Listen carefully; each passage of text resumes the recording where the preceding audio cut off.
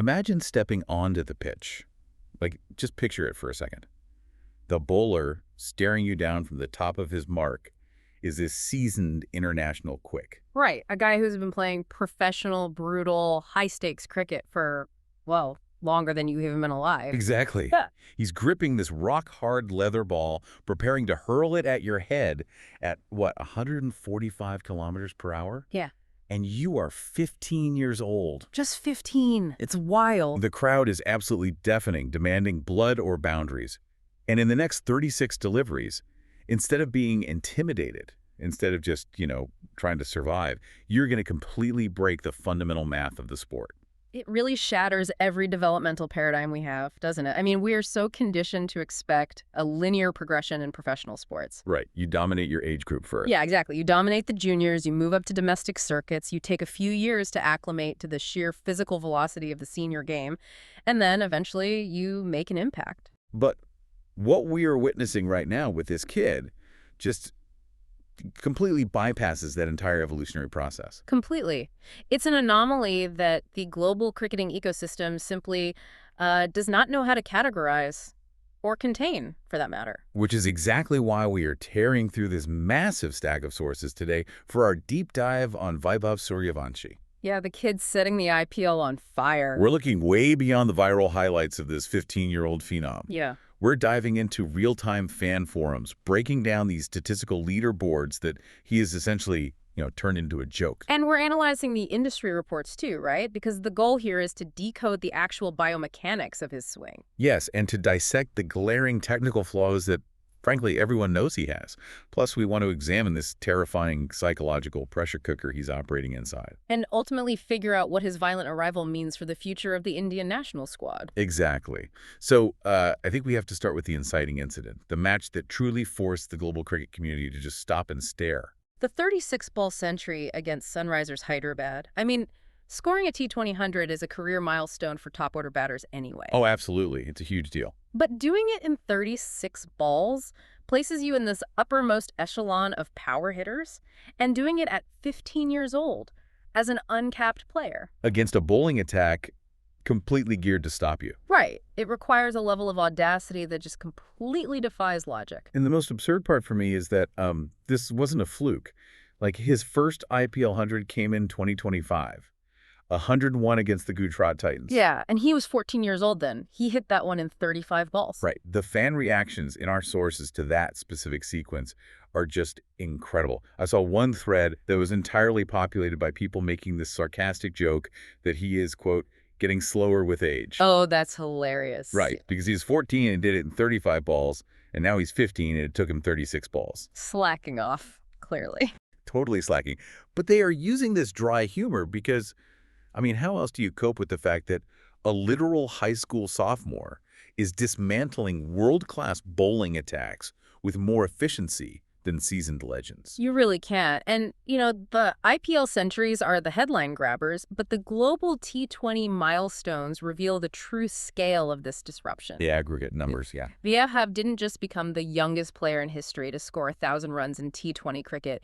He scored those 1,000 runs in the fewest number of balls ever recorded. 473 balls. Let's just put that into perspective for the listener for a second. It's staggering. We're talking about breaching the 1,000-run mark faster than anyone who has ever picked up a bat in the shortest format. Mitchell Owen held the previous record, and it took him 533 balls. And then you look at the absolute titans of the modern aggressive game, right? Andrew Simons took 558 balls. Ashutosh Sharma took 570. Finn Allen took 573. And Vaibhav just obliterated the all-time world record by a margin of 60 deliveries. 60 deliveries. He shaved almost 10 full overs of run-scoring time off the most violent hitters in the history of the sport. It's insane. And when you look at his current tournament stats, the volume of destruction comes into even sharper focus. He is operating at a strike rate of 233. Which is just video game numbers. Literally, he's amassed 357 runs in just 8 innings. But the underlying metric that should, frankly, terrify opposing captains is his boundary percentage. Oh, the boundary percentage is wild. Out of the 152 balls he has faced in this tournament, 63 of them have gone to or over the rope. Yeah, it is almost 41%. Over 4 out of every 10 balls he faces, regardless of line, regardless of length or the bowler's reputation, ends up as a boundary or a six. Yeah. And wait, that aggregate of 357 runs in 8 innings, it actually includes a golden duck. Oh, right. I forgot about that. Yeah. He was dismissed on the very first ball in one of those matches, meaning the sheer density of those runs is compressed into just 7 actual knocks. Unbelievable. And his overall career T20 strike rate is sitting at a staggering 215.09. So unpack that for us. What does a strike rate of 215 actually do to a fielding team? Well, it fundamentally breaks the defensive geometry of the field. When a player guarantees more than 2 runs for every single delivery he faces, the opposition's margin for error is reduced to absolute 0. You literally can't set a field for that. You can't. You cannot set a field for that kind of continuous omnidirectional assault. He is forcing veteran bowlers guys with over a decade of international experience to abandon their primary game plans. Just throw the playbook out the window. Exactly. They end up bowling purely defensive, wide lines just to survive their spells. And you see the cultural impact of this dominance spilling over into the fan discourse everywhere. Like, the nicknames have already stuck. Oh, yeah. What are they calling him now? Well, Boss Baby is brilliant. And then there's Viking Vaibhav, which I think perfectly captures the sheer violence of his approach. Viking Vaibhav. I like that. Yeah, and I was reading a thread where a fan shared this incredibly vivid anecdote. He said, whenever I watch a Rajasthan Royals game with my dad, this kid decides to drop a masterclass. And then my dad just turns and looks at me with pure disappointment. Oh, wow. That is brutal. It's hilarious, but it really highlights how Vaibhav is no longer just a cricket player. He has become this surreal, almost alien benchmark for extreme childhood success. Yeah, it really forces a massive question about the environment he's playing in, though. I mean, the modern T20 game is undeniably structured to favor the batter. Right. The sweet spots on the bats are massive now. Exactly. Massive sweet spots, the boundaries are drawn in, the pitches are often rolled completely flat to ensure high-scoring entertainment. It creates a very fertile soil for aggressive batting. Okay, but I'm going to push back on the idea that this is just a product of the era. Fair enough. Let's hear it. Yes, the bats are heavier. Yes, the boundaries are shorter. But every single other player in the IPL is using those exact same bats. That's a good point. Right. They are playing on those exact same flat tracks against the exact same bowlers. And none of the 25-year-old, fully developed, prime athletic peak professionals are scoring 1,000 runs in 473 balls. No, they certainly aren't. So the era provides the stage, sure, but there is a freakish, unique mechanical driver behind this specific kid's output. We really need to demystify how he is physically doing this. Well, the industry analysis of his technique paints a picture of a bizarre, almost contradictory amalgamation of past greats. A Frankenstein technique, basically. Exactly. Scouts and analysts describe his batting style as possessing, quote, Lara's backlift, young Tendulkar's head position, and Dravid's wrists. Okay, wait. I have to stop you right there because biomechanically, that just doesn't add up. If he genuinely has Rahul Dravid's wrists, but all our sources are flooded with data showing he gets trapped on the offside and cannot access fine leg, that's a massive contradiction. You're talking about Dravid's wrist work. Right. Dravid's entire legacy was built on his ability to roll his wrists at the exact point of contact to manipulate the ball into those tight leg side gaps. If Vaibhav's wrists are truly that elite, why is he physically incapable of making those late adjustments? Okay. That's because the sheer physics of Brian Lara's backlift overrides the fine motor control of the wrists. Let's break down the kinetic chain here. Okay, wait on me.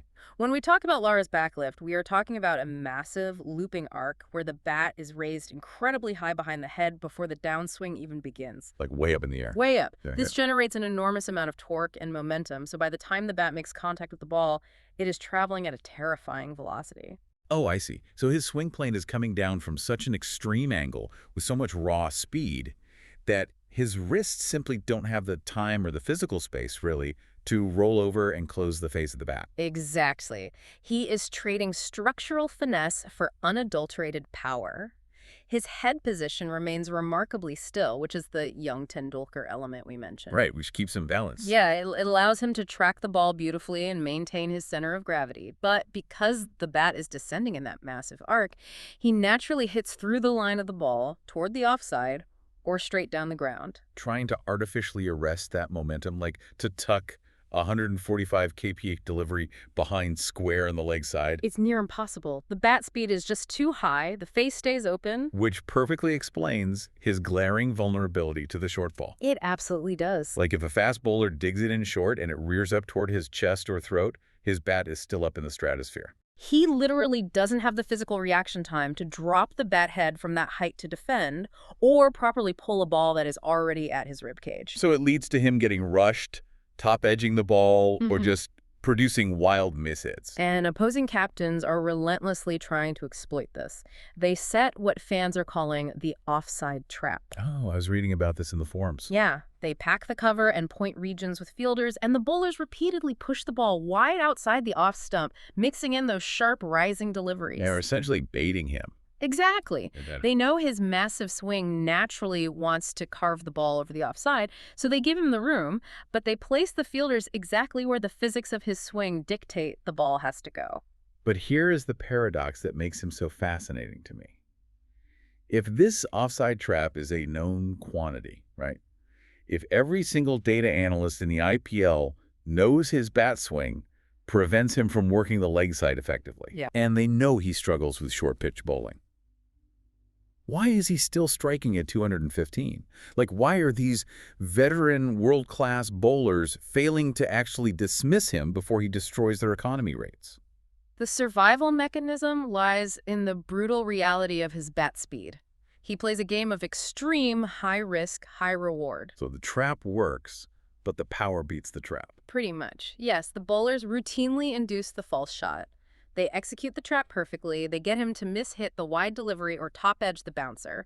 But the raw power generated by that massive backlift means that even his mishits have enough kinetic energy to fly over the infielders and land in the stands. Especially during the power play when only 2 fielders are out. Exactly. It's the ultimate nightmare for a bowler. You bowl the perfect delivery, you execute the tactical plan flawlessly, the batter completely misjudges it, slices it off the thick outside edge. And it still travels 75 meters over the third-man boundary for 6. Yeah. The psychological toll that takes on a fielding unit is immense. And when he does miscue a ball that happens to stay in the air inside the ring, the pressure on the fielder underneath it is just suffocating. Oh, I bet. One of the fan comments in the sources summed it up perfectly. They said, "Drop the catch, watch them score 100. That is terrifyingly accurate. Right. During one of his recent centuries, he offered a difficult chance early in the innings that was spilled. The margin for error is razor thin. If you create the opportunity, the catch absolutely must be taken. Because if it goes down, Vaibhav's mindset is so ruthlessly aggressive that he instantly recalibrates and just takes the game completely away in the next 2 overs. But because of this exact dynamic, the fans are currently calling him a, quote, horrible test player. Well, they aren't wrong. His current technique is incredibly unstable on spicy wickets where the seam movement or bounce isn't perfectly predictable. Because he relies entirely on trusting the bounce to execute that massive predetermined swing. Precisely. If a red ball seams away off a good length in a test match, that high backlift leaves a massive gap between the bat and the pad. So the defensive solidity required for test cricket is entirely absent right now. Completely absent. But, to understand why a 15-year-old is willing to play with such reckless, high-stakes aggression, we have to examine the psychological engine driving him. Yeah, because this level of ruthless focus doesn't just spontaneously generate. It is forged in an incredibly intense, hyper-pressurized environment. We have to look at his roots in Bihar. The grassroots phenomenon surrounding him there is massive. The chants of Jari Bihar Ke Lala echo in the stadiums. He carries the immense regional pride of a state that hasn't traditionally dominated the national cricketing pipeline. But the path from Bihar to the top of the IPL scoring charts required sacrifices that are, honestly, difficult to comprehend. I mean, he skipped his 10th board exams to focus entirely on cricket. Which is a massive deal in India. Massive. For a family to sanction abandoning the ultimate academic safety net to bet everything on a teenager hitting a leather ball, that is an all-or-nothing gamble of the highest order. And it creates an inescapable burden of expectation. But the most revealing aspect of our research is where that pressure primarily originates. Right. It isn't just the millions of fans or the franchise owners demanding a return on their investment. No. It is a deeply entrenched, almost unreachable paternal standard. The quotes from his father in these sources stop me in my tracks. They are intense. Very intense. Vaibhav is on record saying, "My father's never satisfied with me, even if I score 200. And then you have the father himself publicly stating, "Till the time he does not play tests, I won't consider him a big cricketer." Just think about the cognitive dissonance that creates in a 15-year-old's mind. I can't even imagine. He is shattering global T20 records. He is achieving financial independence for his family, becoming a household name across a cricket-obsessed nation, and being heralded as a generational, once-in-a-lifetime talent. Yet, the primary authority figure in his life is actively moving the goalposts. Exactly. Dismissing the millions of viewers, dismissing the staggering strike rates, the IPL centuries. His father is explicitly telling him that until he conquers the grueling 5-day traditional format of Test cricket, which, as we just discussed, his technique is completely unsuited for right now, he is not yet a success. It completely explains the hunger. He isn't playing against the opposing team. He is playing against a phantom standard of perfection that he can never quite reach. There was this one moment highlighted in the sources where he was seen visibly crying after being dismissed. Right, and he hadn't even failed in the match. No, he had scored brilliantly at a massive strike rate, but he was devastated simply because he wanted to bat out the full 20 overs. A fan astutely pointed out on one of the forums, the day he plays the full 20 overs, the team is going to cross 300, and 200 of it will be his. Which is probably true. He isn't satisfied with a rapid 40 off 15 balls. He wants total, unbroken domination because anything less leaves room for criticism at home. And this relentless pursuit of an impossible standard inevitably draws comparisons to the absolute deities of Indian cricket. Oh, the Sachin Tendulkar comparisons. Yeah, the moniker left-handed Sachin Tendulkar is being heavily debated across all the forums right now. Sachin made his international debut at 16 years and 205 days. And Vaibhav is currently on a trajectory that could mathematically eclipse that record. But the purists are violently pushing back against this comparison. The era debate in the comments is fascinating to read through. Both sides are so dug in. Oh, totally. The traditionalists argue that baby Sachin was operating in an entirely different universe. He was facing the most lethal fast bowlers in history on uncovered, highly unpredictable pitches. Right, the game heavily favored the bowler back then. Sachin scoring at a strike rate over 100 in ODIs was viewed as revolutionary. Whereas Vaibhav is operating in a manufactured, batter-friendly T20 environment. A fan summarized the defensive stance perfectly. They said, "Baby Sachin didn't dominate bowlers like this guy is doing, but Sachin's era was different. Dude was playing in bowler-friendly conditions. Anyone who has to replace Sachin has to do a lot to convince people." They are demanding that Vaibhav prove his mettle in adverse conditions before they bestow the crown. We are reporting these views objectively, but it's clear the fan base is deeply fractured on this. Absolutely. And on the flip side of the classical Sachin comparison, you have people looking purely at the destructive output and saying, "Welcome back, Chris Gale." Which is such a wild combination. The fact that a 15-year-old is simultaneously expected to possess the classical, flawless technique and longevity of Tendulkar, alongside the terrifying brute force boundary hitting of prime Chris Gale. It just shows how warped the expectations have become. Warped is the perfect word. And those warped expectations are now creating massive logistical and strategic headaches for the Board of Control for Cricket in India. Because when a disruptive talent of this magnitude enters the ecosystem, the blast radius affects everyone. We are seeing established, incredibly talented players becoming collateral damage in the wake of Vaibhav's rise. The situation with Abhishek Sharma and Priyansh Arya is the perfect example of this. You have Priyansh Arya, who recently scored a blistering 103 against the Chennai Super Kings. Which is a phenomenal achievement. Right. In any normal season, a young player hitting a century against CSK dominates the news cycle, secures their spot, and gets fast-tracked into national conversations. But because Vaibhav was dropping his 36-ball masterclass at the exact same time, Priyansh's century was completely overshadowed. Completely forgotten. A fan wrote, "The guy I feel for is Priyansh Arya. Sooryavanshi will likely be the one who gets chances in the Indian cricket team first." You have guys in their early 20s who have ground their way through the domestic circuits for years, suddenly watching their national call-ups evaporate because a 15-year-old just broke the speed limit of the sport. And the debate over that national call-up is arguably the most contested topic in the sport right now. The sources indicate a massive push to fast-track Vaibhav into the senior squad for the upcoming T20 International Series against Ireland. The temptation to unleash him, to officially break Sachin's record for the youngest Indian debutante, has got to be immense. Oh, it is. But the pushback from the industry experts is severe.